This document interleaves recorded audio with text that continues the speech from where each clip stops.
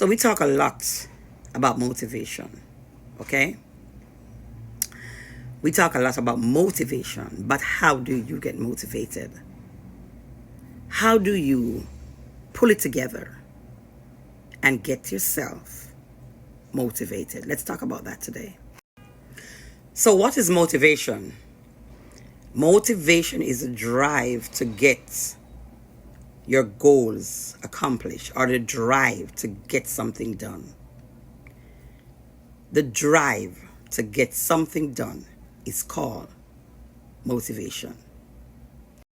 So in this life, y'all, we have drivers. We have drivers in this life. Motivation is one of life's drivers. They drive you to your destination. Motivation gets you where you need to be, and they are the drivers to your destiny. If you can't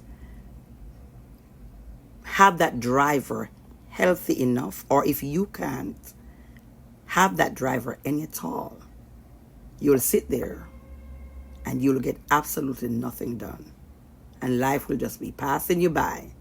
And come on, guys, think about if you get nothing done. You probably won't even brush your teeth or bathe. And of course, some people say, well, that would branch over into depression, which is not my area of expertise. I'm here to talk to you about how do you get motivated. Let's talk some more about that. Number one, get up out your chair as long as you can walk. Get up out the bed and get out of the house. Get out of the chair. And if you use a wheelchair, that's okay. Get those wheels moving. I mean, just as long as you have the ability to get out, get out. Get out. That's the first way to be motivated. Develop the strength to get up. Get up out of that bed. Get up out of that chair and get out of that house. And just get out. Number two,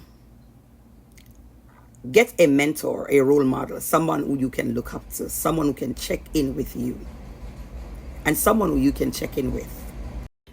Number three is one of my favorite. Show up. Show up wherever you need to be. Whether it's on your job, whether it is something to do with church, whether it is something to do with some other organization, and you need to get something done, whether it is a community meeting, whether it is a presentation that you need to do in college, whether it is school. Like, just make sure you show up. Don't just be there in your body, but make sure your spirit is there. You want to be there. Your mind is there. You're mentally there. You're there emotionally. You just show up with the entire you. Not part of you, but all of you. So create plans. Create plans. That's number 4. Create plans. Stick to those plans. So your plan could include a work plan based on what you need to get done. Your plan could be a budget based on what you need to get done, or probably just could be a part of your everyday life. Probably could be a general budget. Probably you have other projects that you need to get done. Okay? So create plans. Study plans. Students, you're studying.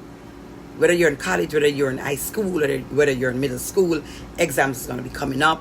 Create a plan, and one that works for you, one that will get what you need to get done going. Okay? So create a plan. Whatever you're doing, create that plan. Work that plan.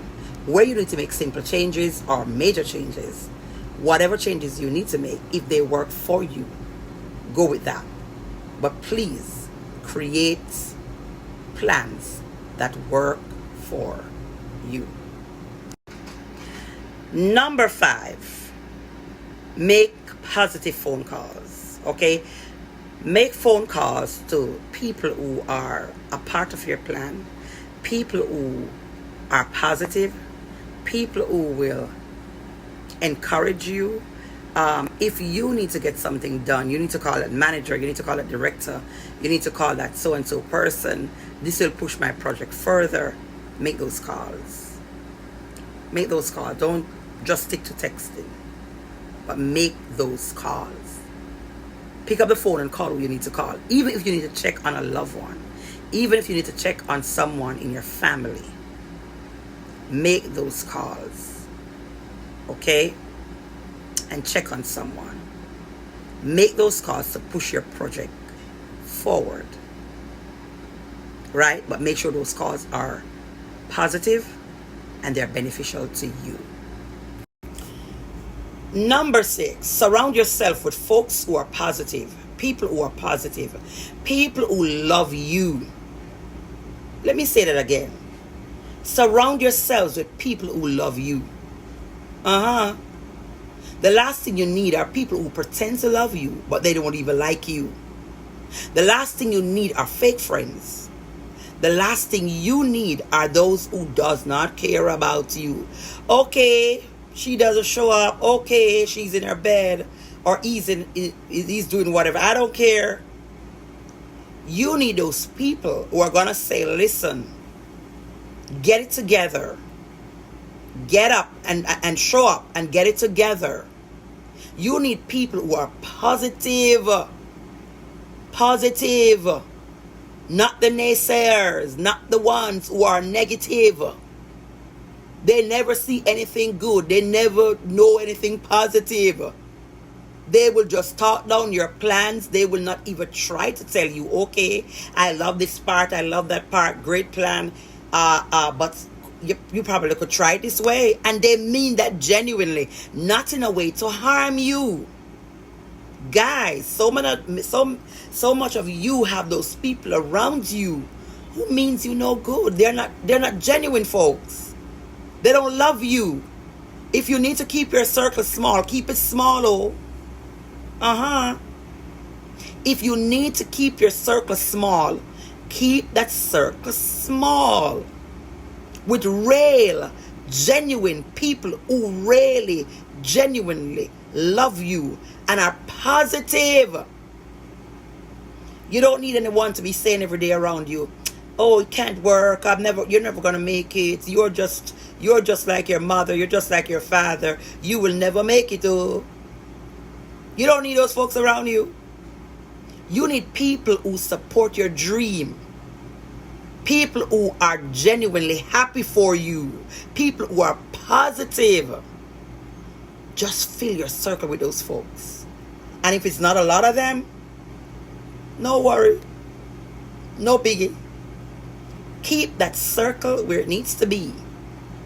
And surround yourselves with those kind of folks. Those positive folks. Those genuine friends.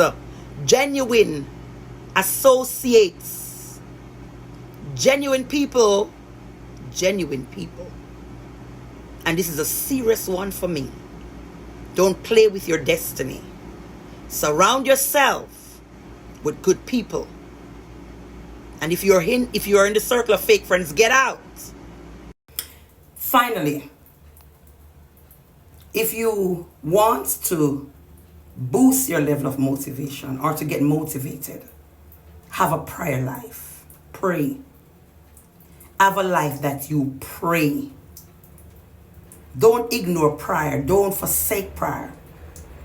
Prayer gives you a relationship with God. And when you have a relationship with God, He will guide you, He will guard you, He will show you where to go, where not to go. He will speak to you in a song. He will speak to you audibly. He will speak to you in dreams. There are people who don't pray, but they still have dreams because they're gifted with that. And I'm not just talking dreams that just foolish dreams. I'm talking about dreams that they see and things do happen. Or it means something to their waking life. So have a life of prayer. When you pray, trust me, that is one of the greatest medicines for motivation. Prayer. Don't ignore prayer. It pulls your spirit to the place where it needs to be. It motivates you, it pushes you, it drives you. Because when you're praying, the words that are entering in your spirit, they're helping you. They will help you. Your invitation to say, God, I acknowledge that you're with me. I acknowledge that you're in my heart, you're in my space, and I love you. Don't let God become a guest to you, but let him be your dad.